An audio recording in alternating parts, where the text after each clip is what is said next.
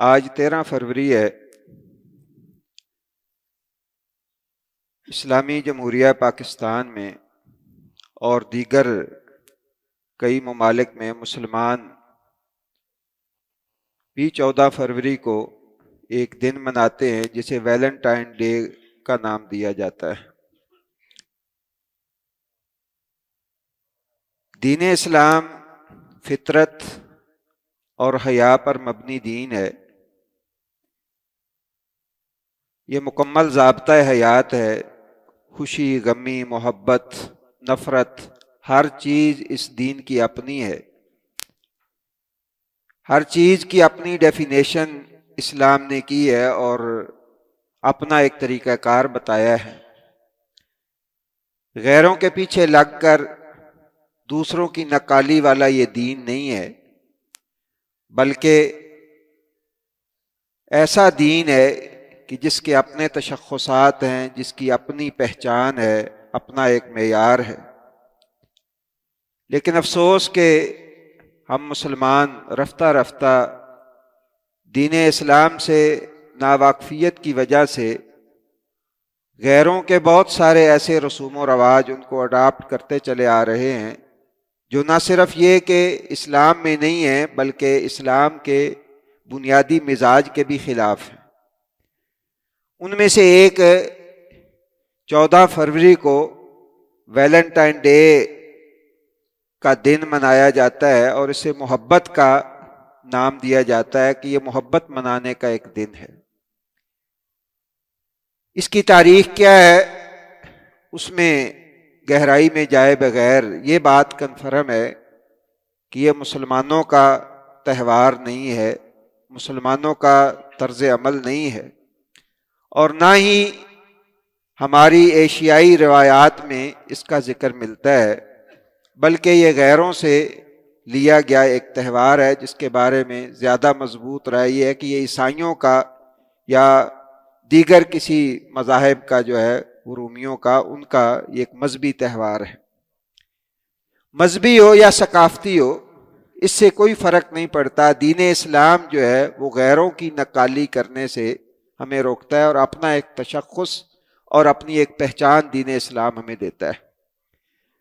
جہاں تک محبت کا تعلق ہے تو دین اسلام تو سراپا محبت ہے، اس کا ہر پیغام محبت کے اوپر مبنی ہے، لیکن افسوس کہ بے حیائی کو اور بے شرمی کو محبت کا نام دے کر، محبت کا لبادہ اوڑھا کر مسلمان معاشرے کے اندر پھیلا دیا گیا۔ نبی کریم صلی اللہ علیہ وسلم نے محبت جیسے پاکیزہ لفظ کی جو پہچان بتائی ہے، جو طریقہ بتایا، وہ بھی عبادت ہے، بلکہ آپ نے فرمایا کہ تم اس وقت تک جنت میں نہیں جا سکتے جب تک آپس میں ایک دوسرے سے محبت نہ کرو، اور اس محبت کی پاکیزگی بھی رسول اللہ صلی اللہ علیہ وسلم نے بتائی ہے، اور اس محبت کا پیغام عام کر کے بھی رسول اللہ صلی اللہ علیہ وسلم نے بتایا ہے۔ لیکن اس موقع پر ہمارے معاشرے کے اندر، ہمارے ملک کے اندر جو بے حیائی عام کی جاتی ہے کہ لڑکیاں لڑکے آپس میں یا لڑکیاں باہمی طور پر ایک دوسرے کو پھول پیش کرتی ہیں، سرخ جوڑا پہنتی ہیں، سرخ جو ہے وہ لباس پہنا جاتا ہے، یہ دین اسلام جو ہے اس بے حیائی کی قطعی طور پر اجازت نہیں دیتا، اور نہ ہی اسلام کے اندر اس کا تصور موجود ہے۔ نبی کریم صلی اللہ علیہ وسلم نے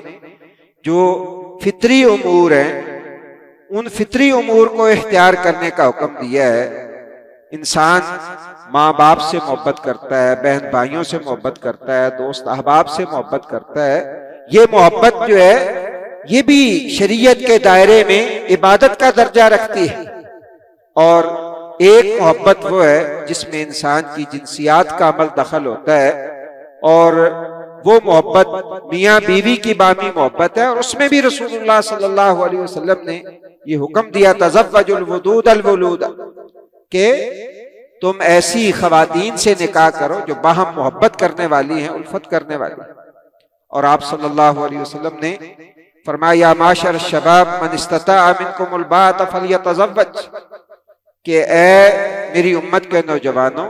جس کو اللہ نے جوانی دی ہے، طاقت دی ہے، اسے چاہیے کہ وہ شادی کر لے، فَإِنَّهُ أَغَضُّ لِلْبَصَرِ وَأَحْسَنُ لِلْفَرْجِ، اس سے بندے کی عزت بھی محفوظ ہو جاتی ہے اور بندہ جو ہے اس کی نظروں کے اندر بھی حیا آ جاتی ہے۔ اس لیے ہمیں ایسے جو پروگرام ہیں ان کی قطعاً نفی کرنی چاہیے اور ان سے دور رہنا چاہیے۔ اپنے بچوں کو بھی ہمیں شعوری طور پر یہ سمجھانا چاہیے کہ اسلام جو ہے وہ ایسی بے راہ روی والی محبت تو اصل ہے ہی نہیں، یہ شہوانی اور انسان کے جو شہوانی جذبات ہیں ان کی تسکین کے لیے یہ سب کچھ کیا جاتا ہے، جبکہ اس کے لیے جو جائز رستہ شریعت نے رکھا ہے وہ نکاح کا رستہ ہے، کوئی دوسرا رستہ نہ اس کے اظہار کا ہے نہ ہی جو ہے وہ اس کا کوئی پلیٹ فارم ہے جس کے اوپر جنسی تسکین جو ہے وہ انسان نہیں کرے۔ اس کے لیے واحد رستہ پاکیزہ جو ہے وہ نکاح والا رستہ ہے۔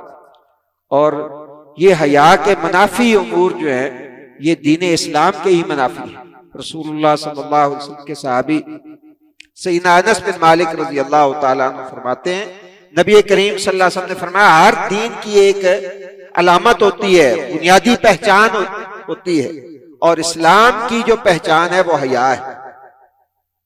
اور حیا جو ہے وہ فرمایا خیر ہی لاتا ہے۔ حیا جتنی بھی انسان کے اندر اس سے خیر ہی آتی ہے۔ ایک شخص اپنے بھائی کو نصیحت کر رہا تھا کہ تم اتنے شرمیلے ہو، اتنی دیر تم حیا کرتے ہو، رسول اللہ صلی اللہ علیہ وسلم نے فرمایا داؤ، اس کو رہنے دو، اگر اس کے اندر حیا ہے، حیا سے کبھی جو ہے وہ نقصان نہیں ہوگا، حیا خیر ہی جائے گا۔ تو دین اسلام تو حیا والا دین ہے، خیر والا دین ہے، جس نے اپنے ماننے والوں کو حیا کا حکم دیا ہے اور حیا کو اختیار کرنے کا حکم دیا ہے۔ اور نبی کریم صلی اللہ علیہ وسلم نے فرمایا اذا لم تستحی فاصنع ما شئت، کہ جب حیا ختم ہو جائے، حیا نہ رہے تو پھر جو مرضی کر۔ لوگ جو ہے وہ اب ایسے امور جو شرعاً ایسے کبھی اور حرام ہے بلکہ کبیرہ گناہ ہے، افسوس کہ رفتہ رفتہ ہمارے معاشرے کے اندر ایسے گناہ جو ہے وہ بھی نارملائز ہوتے چلے جا رہے ہیں، لوگ ان کو کرتے ہیں اور اس میں کوئی جو ہے وہ عار محسوس نہیں کرتے۔ اللہ تبارک و تعالیٰ سے دعا بھی کرنی چاہیے، شعوری طور پہ ہمیں اپنے بچوں کو اویئرنیس دینی چاہیے، انہیں بتانا چاہیے کہ اسلام جو ہے اس کے اندر ایسی چیزوں کی کوئی گنجائش موجود نہیں ہے، اسلام کے اندر حیا ہے، اسلام کے اندر عفت اور پاک دامنی ہے، اور گناہ جو ہے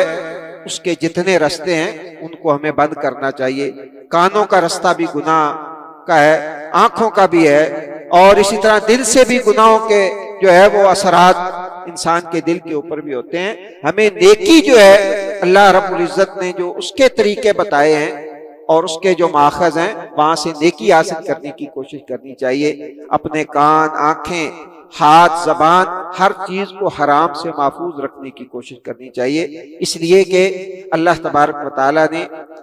زبان کے بارے میں بھی سوال کرنا ہے، آنکھوں کے بارے میں بھی سوال کرنا ہے، ان السمع والبصر والفؤاد، کہ انسان کی نگاہیں، آنکھیں، دل، ہر چیز کے بارے میں اللہ رب العزت نے قیامت والے دن پوچھنا ہے۔ اللہ تعالیٰ ہمیں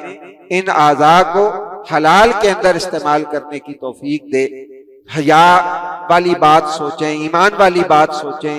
اور خیر والی بات جو ہے وہ جائز کام جو ہے اس کو دیکھیں، اور حرام سے جو ہے وہ اپنے آپ کو بچانے کی کوشش کریں۔ اللہ تعالیٰ مجھے بھی اور آپ کو بھی عمل کی توفیق دے۔ سبحانک اللہم و بحمدک، اشہد ان لا الہ الا انت، استغفرک و اتوب الیک۔